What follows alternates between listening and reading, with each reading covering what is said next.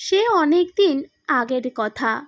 ঠাকুরের দেহ রক্ষার পর যখন তরুণ পরিব্রাজক রূপে তিনি ছুটে চলেছেন সারা দেশে, তখনই কোনো একটা সময় এসে কদিন আলোয়ারে ছিলেন। সেই সময় দুই বেলা পেট চলে ভিক্ষার অন্নে। যেদিন কিছুই জোটে না ভিক্ষায়, সেই দিন সন্ন্যাসীর জঠরাগ্নির জ্বালা কমায় এলাকার আর এক ভিখারিনী বুড়িমা। পথের ধারে তার জরাজীর্ণ কুঁড়ে ঘর। দিন শেষে ক্লান্ত, অবসান্ন, ক্ষুধার্ত সেই তরুণ এসে বসলে বুড়ি আস্তে আস্তে কিছুটা বাজরার আটা বের করে। ভিক্ষারি ধন সেসব। তারপর সে আটা মেখে হাতে চ্যাপ্টা করে আগুনে পুড়িয়ে খান কতক রুটি বানিয়ে সন্ন্যাসীর দিকে এগিয়ে দেয়। এই নে খারে লালা। ও বলা হয়নি, সন্ন্যাসীকে বুড়ি ডাকে মেরে লালা বলে, আর সন্ন্যাসী তাকে ডাকে মাই। বাজরার রুটির সঙ্গে কাঁচা লঙ্কা কামড়ে কামড়ে খেয়ে তৃপ্তির হাসি হাসে লালা। বুড়ির অর্ধেক খাওয়া তাতেই হয়ে যায়। তারপর অনেক দিন পেরিয়ে গেছে। বুড়ি জানেও না যে দেশ পেরিয়ে, মহাদেশ পেরিয়ে, সমুদ্র পেরিয়ে তার লালা আজ স্বামী বিবেকানন্দ হয়ে আবার ফিরে এসেছেন আলোয়ারে। না, এখন তিনি ভিক্ষাজীবী নন, তিনি রাজার অতিথি। সকাল থেকে সন্ধে রাজসভায় হাজার হাজার লোক আসে যায়, স্বামীজিকে দেখে, কথা বলতে চায়, তার আশীর্বাদ পেতে চায়। দুপা এদিক ওদিক গেলে সব সময় সঙ্গে থাকে রাজার দেওয়া দুই পাহারাদার। মন হাঁপিয়ে ওঠে এসবে বিবেকানন্দের। মনে পড়ে এখানে এর আগেকার আশা, আধপেটা কিন্তু স্বাধীন পায়ে ঘুরে বেড়ানো। নিমেষে মনে পড়ে তার মাইয়ের কথা, সেই কুঁড়ে ঘরে বসে গরম বাজরার রুটি, বুড়ির মুখে সেই হাসি। আহা, কেমন আছে সে কে জানে, আদৌ আছে তো? একবার দেখে এলে হয়। প্রহরীর চোখের আড়ালে সন্ধ্যের মুখে একাই বেরিয়ে পড়েন বিবেকানন্দ। জায়গাটা খুঁজে পেতে অসুবিধা হয় না। এই কবছরে আলো আর বদলায়নি তেমন একটা। এই তো বুড়ির কুঁড়ে ঘর, যেন আরও কিছুটা জীর্ণ। দরজায় একটা নোংরা কাঁথা ঝুলছে। বাইরে থেকেই স্বামীজি হাঁক দিলেন, মাই, ও মাই। ভিতর থেকে কর্কশ স্বর আসে বুড়ির, ওহ বুড়ো মানুষ, দুটো কাজ সারছি তাতে শান্তি নেই? কে চাল্লাস এই সন্ধে করে? আরে বাইরে এসেই দেখো না কে। হেয়ালি সইতে পারে না বুড়ি, ঝাঁঝিয়ে ওঠে, ওহ কে আমার রাজপুত্র এলো রে, বেরিয়ে তাকে দেখতে হবে। কে রে বেটা তুই? আরে তোর লালা, মনে নেই মাই, তোর লালা এসেছে। হাড় জিরে জিরে বুড়িমা উত্তেজনায় কাঁপতে কাঁপতে বেরিয়ে আসে। কই, সত্যি লালা, তুই ফিরে এসেছিস? কই, কাছে আয় দেখি।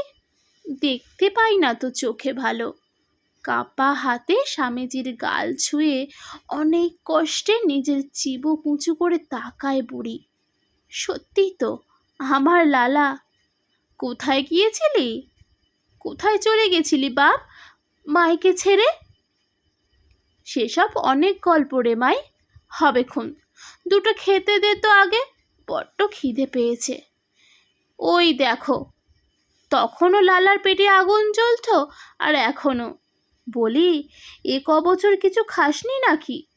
বলি, আমার কাছে কি আছে যে তোকে খেতে দেব এই অবেলায়? কেন, তোর সেই বাজরার রুটি দিবি না লঙ্কা দিয়ে? কয়েক মুঠো বাজরার আটা মেখে গনগনে আঁচে পুরানো রুটি এগিয়ে দেয় মাই তার লালাকে। ছেলের মুখে সেই তৃপ্তির হাসি দেখে ফোকলা মাও হেসে ফেলে। নিজের ছেলেই তো তার। বুড়ির পেটের ছেলে জোয়ান বয়সে চলে গিয়েছিল। সেই থেকে এক লালা ছাড়া আর কাউকেই তেমন আপন ভেবে বাঁচেনি বুড়ি।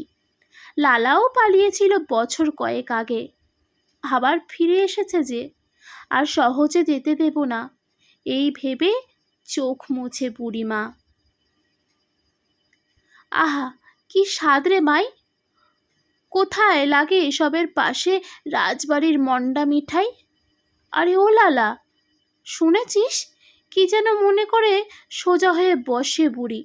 শুনেছিস এখানে রাজবাড়িতে নাকি মস্ত এক সাধু এসেছে, সঙ্গে কত লোকজন, সাহেব, মেম, ভক্ত। সে নাকি বিরাট নাম ডাক করেছে। এ পথ দিয়ে কত লোক রোজ যাচ্ছে তাকে দেখতে। জানিস, তুই যাবি নাকি দেখা করতে? হ্যাঁ? লালা উত্তর দেওয়ার আগেই বুড়ি আবার বলে, না না থাক, তোর গিয়ে কাজ নেই, পেটই ভরল না তোর ভালো করে। আর কয়েকটা রুটি দিই? তোর ওদিকে গিয়ে কাজ নেই কেন রে মাই? গিয়ে কাজ নেই কেন? ও বাবা না, ও সাধু, বড় লোক, বিরাট লেখাপড়া করা, কি বলতে শেষে কি বলে দেবে, আমার লালার মনে কষ্ট হবে শুধু শুধু। মুখে সাংঘাতিক এক দুষ্টুমির হাসি নিয়ে তার লালা ঝুঁকে পড়ে, বুড়ির কাছে এসে বলে, এ মাই, একটা মজা করবি? চল, তুই আমি দুজনে গিয়ে ওই স্বামীজিকে দেখে আসি। চল চল, যাবি? ধুর খ্যাপা, রাজবাড়িতে না আমাকে ঢুকতে দেবে, না তোকে। ধ্যাতানি খেয়ে ফিরে আসতে হবে, কোথাও যেতে হবে না তোকে, আমার কাছে বস তো। মাই শোন, যেন কিছু একটা গাম্ভীর্যের ছলেই বিবেকানন্দ বললেন, বলছি সেই সাধু যদি আমি হই তবে? এক পল নীরব থেকে খিলখিলি হেসে ওঠে ফোকলা বুড়িমা।